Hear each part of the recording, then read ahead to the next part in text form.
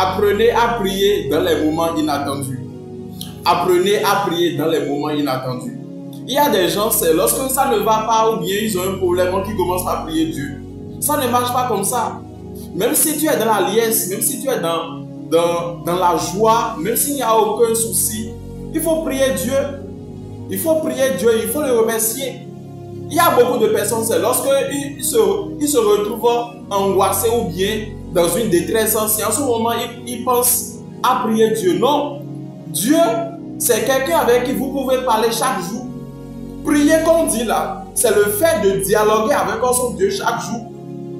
Prier n'est pas comme on le voit, on a tendance à voir où tu te concentres, c'est comme du monologue où tu es le seul. Non, prier, c'est dialoguer avec un Dieu.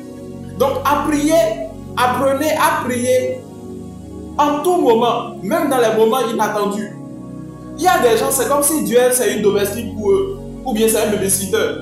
C'est comme si Dieu, c'est leur Bob. C'est une domestique où, quand tu as un problème, où tu as besoin de la domestique, quand tu vas l'appeler.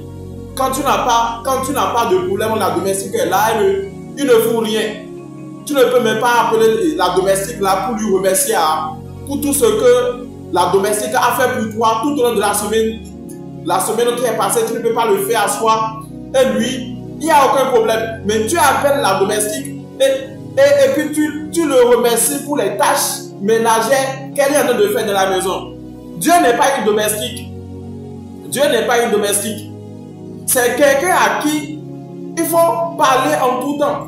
Pas seulement au moment où tu te retrouves dans un problème. C'est très important. Il est écrit dans 1 Thessaloniciens 5, verset 17 que priez sans cesse. Priez sans cesse. Qu'est-ce qui ressort de prier sans cesse? Il y a trois choses que vous devez comprendre dans ce verset. Il y a trois choses que ce verset-là nous apprend. La première chose, c'est de prier en tout temps. Vous allez voir des gens, ils vont dire, oh, il y a des heures, il faut prier. Il y a des heures, c'est-à-dire Dieu n'est pas disponible pendant ces heures-là. C'est à midi, il faut prier, ça va marcher. C'est à telle heure, non. À toute heure, il faut prier à toute heure. À toute heure, tu as la capacité d'échanger avec ton Dieu. De parler avec ton Dieu, de dialoguer avec ton Dieu. Dieu c'est l'admirable conseiller. C'est le prince de paix. C'est l'ami le plus proche de l'être humain. C'est l'éternel des armées. C'est quelqu'un à qui tu peux parler en tout temps. Donc, déjà ce verset nous apprend, vous pouvez prier à n'importe quelle heure.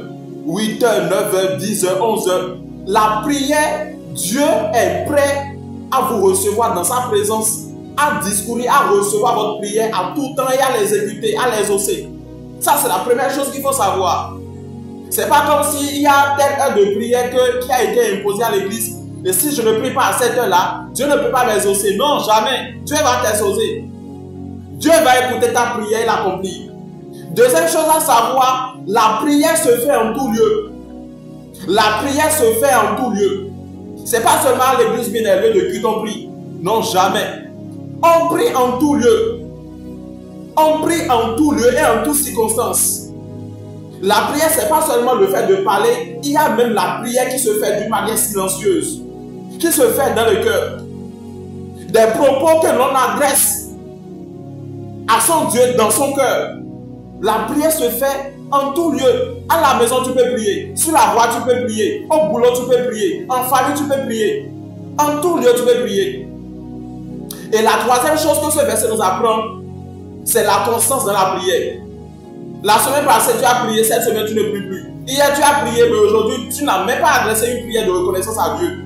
Il doit avoir une constance. Il doit avoir une constance.